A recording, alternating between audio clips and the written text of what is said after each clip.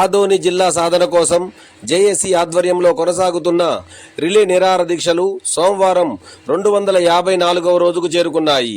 ఈ సందర్భంగా జేఏసీ నాయకులు మాట్లాడుతూ జిల్లా సాధన డిమాండ్కు మద్దతుగా 100 గంటల నిరాహార దీక్ష చేపట్టినట్టు తెలిపారు.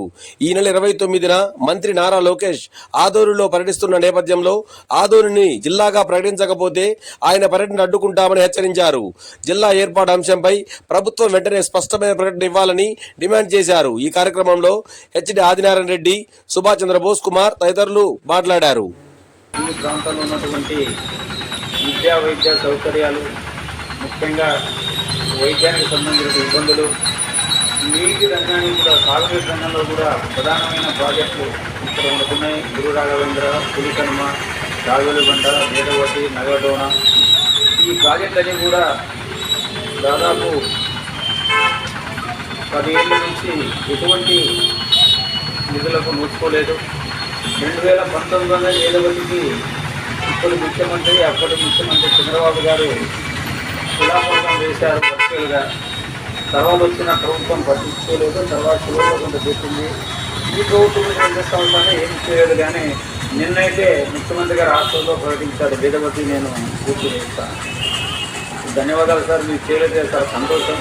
కానీ అదే చంద్రబాబు గారిని మేము అడిగేది ఏమిటంటే, ఈ జిల్లా కోసం ముఖ్యమైనటువంటి జేఏసీ, అదేవిధంగా ప్రజా సంఘాలు మిమ్మల్ని కలవాలని చెప్పేసి ప్రయత్నం చేస్తే 3 ప్రాంతాల్లో కలగొట్ల కానివ్వండి, అదేవిధంగా దొన్నగిరి, మరి ఆస్పరి, అదేవిధంగా కార్యకర్తల సమావేశంలో మాధవరం కూడా చేయాలి, మంత్రాలయం. ఈ 4 సందర్భాల్లో కూడా మీకు వినతించే అవకాశం రావకపోగా కనీసం జిల్లా మీద ఎటువంటి ప్రకటన మీ నుంచి రాకపోవడం నాకు కొంచెం బాధాకరంగా ఉంది. అంతేకాకుండా ఈ జేఏసీ వాళ్ళను పోలీసులు నిర్బంధించడం అనేటువంటిది అవమానకరంగా ఉంది. ప్రజాస్వామ్యంలో కనీసం వినతులు ఇవ్వడానికి కూడా అవకాశం లేదని ప్రశ్నిస్తే మీరు గట్టి చురుకుగా నిన్న హాస్పిటల్లో ఒక చిన్న క్షేమైన వేసి వినతులు స్వీకరించకూడదని చెప్పేసి CGRS కింద నామమాత్రంగా నేను తీసుకున్నారు. దాంట్లో కూడా నిన్న మేము ఇవ్వడం జరిగింది. మా దానికి ఏమాత్రం స్పందన వస్తుందో నమ్మకాలు అయితే మాకు లేవు. కాకపోతే లోకేష్ గారు ఈరోజు ప్రకటన ప్రకారం 29-30 తేదీల్లో ఆదోనిలో బయటేస్తున్నారు. ఆయన యోగానికి వచ్చినప్పుడు ఇక్కడ మేము జిల్లా అడగడం జరిగింది. ఆయన మళ్ళా మంత్రాలయం వచ్చినప్పుడు కూడా ఆయన మంత్రి అయిన తర్వాత కూడా ఇవ్వడం జరిగింది. ఇంతవరకు యువకులలో హామీ ఇచ్చినారని అంటున్నారే కానీ మాకైతే ఇంతవరకు అందులో కూడా చూసినట్టు పరిస్థితి ఉంది. కాబట్టి లోకేష్ గారి యొక్క పర్యటనను దృష్టిలో పెట్టుకునే మేము ఇక్కడ ఈరోజు 4 సుభాష్ చంద్రబోస్, అదేవిధంగా కుమారు, మన మల్లికార్జున, నేను కూడా 3 గంటల నిరవధిక నిరాహార దీక్షను ప్రకటించడం జరిగింది.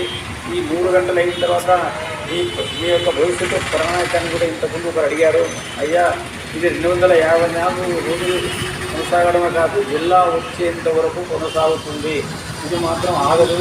ఈ 100 రోజులు అనేటువంటిది ఈ లోకేష్ గారి పర్యటన మీద ఒత్తిడికి, అదేవిధంగా స్థానిక సంస్థలు వస్తున్నాయి కాబట్టి ఆ లోపు ప్రభుత్వం ఏమైనా ఇలాంటి మనుగడ మార్పులు తీసుకుంటున్నా అనుకోం. లేదంటే ఎన్నికల్లో కూడా వాళ్ళకు ఏ రకంగా కూడా తర్వాత జేఏసీ కార్యాచరణ రూపంలో అందరూ కూడా కొంతమందికి కొన్ని అనుమానాలు ఉండొచ్చు. కానీ జిల్లా కోరే వాళ్ళందరూ కూడా ఒక తాటి మీదకి వచ్చి ఖచ్చితంగా రేపు స్థానిక సంస్థల ఎన్నికలు జరిగేటప్పుడు వాళ్ళ యొక్క వాయిస్ను బలంగా వినిపించేటువంటి ఒక వాతావరణాన్ని సృష్టించుకున్నటువంటి అవసరం ఉందని చెప్పేసి ఉద్యమకారులతో మనవి చేసుకుంటూ ప్రజలకు మేము కోరేది ఒకటే, అయ్యా, ఇది వ్యక్తిగతంగా ఎవరు ఉద్యోగం గురించి కానీ ఏదైనా లేకపోతే పదవి గురించి కానీ అడగడం లేదు. కేవలం ఈ ప్రాంత అభివృద్ధికి జిల్లా కోసం అడుగుతున్నాం. మనం చూస్తాం, మన కళ్ళ ముందు మెడికల్ కాలేజీ వచ్చిందన్నారు, అది గుణాదులుగా పరిమితమైపోయింది. తర్వాత దాన్ని ఈ ప్రభుత్వం వచ్చిన తర్వాత CPC అన్నారు, CPCలో OPCలో కానీ ఇంతవరకు ఎక్కడ కథనం లేదు. అదే ఒక జిల్లా ఉంటే మనం ఇక్కడ కలెక్టర్ దగ్గర పోయి దిగ్బంధం చేసి మన యొక్క కోరికలు అడిగేటువంటి అవకాశం ఉంటుంది. ఇప్పుడు కథలు పోవాలంటేనే ఎంత ఖర్చుతో కూడుకున్న పని అనేటువంటి మనకు తెలుసు. కాబట్టి ఆదోనిలో సమస్యలు చాలా ఉన్నాయి. ఈ సమస్యల కోసం ప్రజలు పోరాడాలా, రావాలంటే కూడా చాలా కష్టం. కాబట్టి ఆదోని జిల్లా చేయాల్సిందే. ఆదోని జిల్లా చేసేంత వరకు ఈ పోరాటం ఆగదని కొనసాగుతున్న మనం చేసుకుంటూ ప్రజలు కూడా దీనికి చాలా వరకు సుముఖంగా ఉన్నా కూడా వాళ్ళ యొక్క కాలాన్ని దీని మీద వెచ్చించాలా. ఎందుకంటే ఎక్కడైనా ఉద్యమం తీసుకున్నా, ఎక్కడైనా ఒక ధర్నా కార్యక్రమం తీసుకున్నా కూడా ఎక్కువ సంఖ్యలో ప్రజలు వచ్చి మాకు మద్దతు ఇస్తే బాగుంటుంది మనం చేసుకుంటూ ఈ 3 గంటల నిరవధిక నిరాదీక్ష సందర్భంగా దీన్ని జయప్రదం అందరూ కూడా సహకరించడానికి మరీ కోరుకుంటూ ఈ అవకాశం ఇచ్చినటువంటి పత్రికా విలేకరుల మిత్రులకు నేను ధన్యవాదాలు తెలుపుకుంటూ, నా పేరు రాజనారాయణ. నేను ఆదరణ జిల్లా జేఏసీ సభ్యుడిని, అదేవిధంగా జిల్లా సాధన కమిటీ యొక్క అమలు అధ్యక్షునిగా వివరిస్తున్నాను. కావాలి కావాలి కావాలి కావాలి సార్. రేపు లోకేష్ గారు వస్తున్నారు కదా సార్, జేసీ వాళ్ళు ఏమైనా అడ్డుకుంటున్నారా?